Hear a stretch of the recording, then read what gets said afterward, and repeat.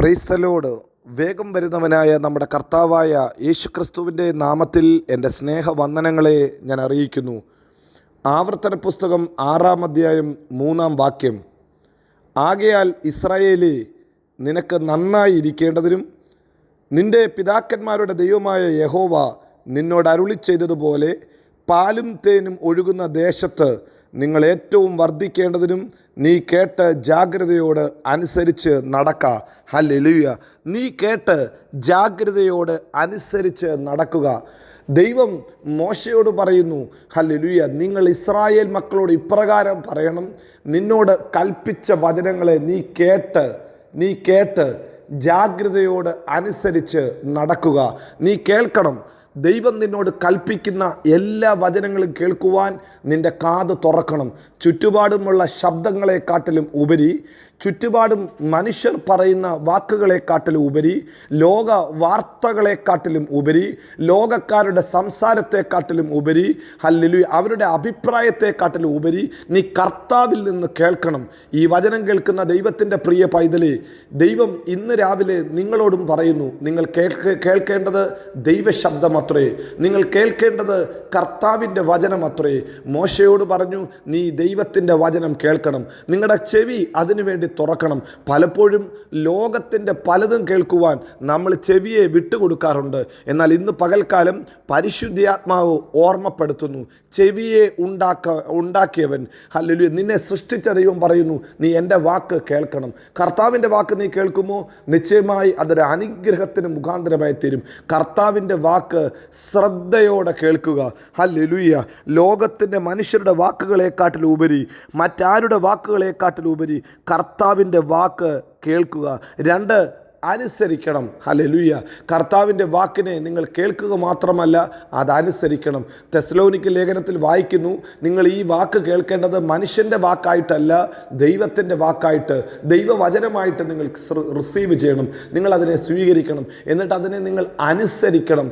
ദൈവം പറയുന്നത് അനുസരിപ്പാൻ നമ്മൾ തയ്യാറാണോ?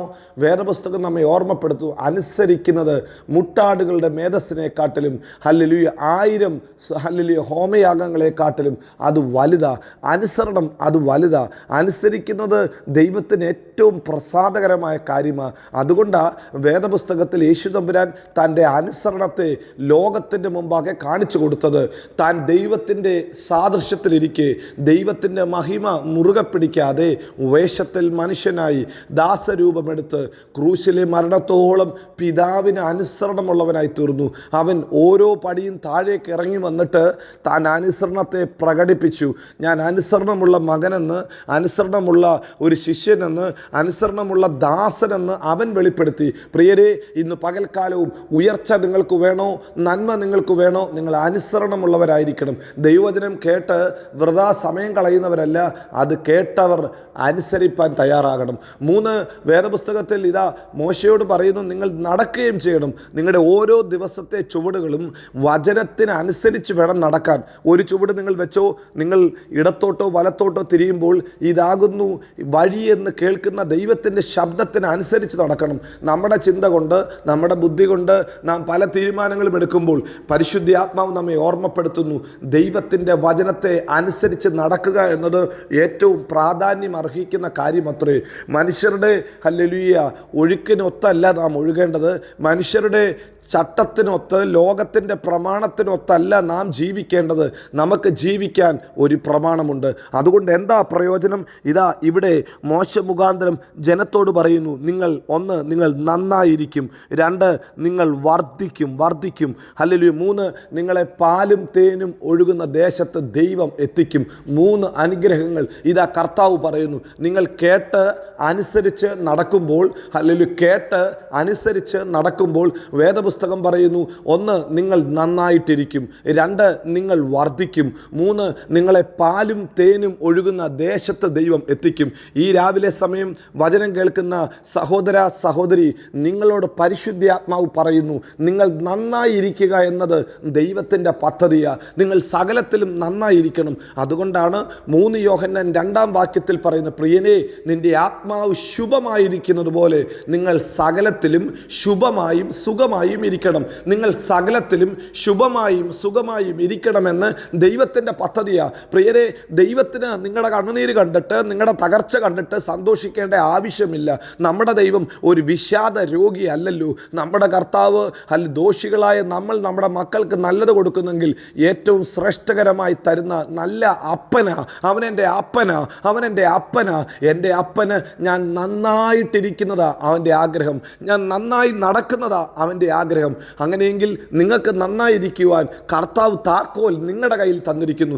ദൈവവചനമാകുന്ന താക്കോൽ നിങ്ങൾ കേട്ട്, നിങ്ങൾ അനുസരിച്ച് നിങ്ങൾ നടക്കുമെങ്കിൽ നിങ്ങൾ നന്നായിട്ടിരിക്കും. നിങ്ങളുടെ എല്ലാ കാര്യത്തിലും ശുഭമായിരിക്കും, നന്നായിരിക്കും. 2, ദൈവം നിങ്ങളെ വർദ്ധിപ്പിക്കും. നിങ്ങൾ ചുരുങ്ങിപ്പോകത്തില്ല, നിങ്ങൾ വർദ്ധിക്കും. നിങ്ങൾ ചെല്ലുന്ന സ്ഥലത്ത് നിങ്ങൾ ഏറ്റവും വർദ്ധിക്കും. നിങ്ങൾ വർദ്ധിച്ചിരിക്കേണ്ടതിന് നിങ്ങൾ ചുരുങ്ങിപ്പോകത്തല്ല.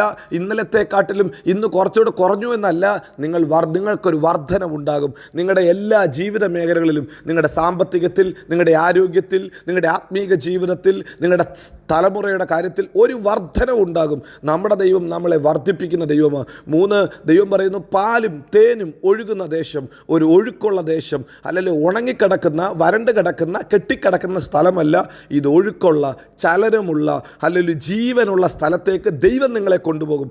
ഇന്ന് പകൽക്കാലം കർത്താവ് അങ്ങനെ നിങ്ങളെ അനുഗ്രഹിക്കട്ടെ. വചനം കേൾക്കുന്ന കർത്താവിൻ്റെ പ്രിയ പൈതലെ, വചനം കേൾക്കുക മാത്രമല്ല, കൂടുതലായി ധ്യാനിക്കുക, കൂടുതലായി പഠിക്കുക, അതിനെ ഒന്ന് അനുസരിക്കുക, അതൊന്ന് പ്രമാണിച്ച് നടക്കുക. ദൈവം നിങ്ങളെ നിശ്ചയമായി അനുഗ്രഹിക്കും. ഈ ദൈവം വിശ്വസ്തൻ, വാക്കുമാറാത്തവൻ. അവൻ നമ്മെ എല്ലായിടത്തും എല്ലായ്പ്പോഴും ക്രിസ്തയേശുവിൽ ജയോത്സവമാക്കി നടത്തും. God bless you. Amen, amen, amen.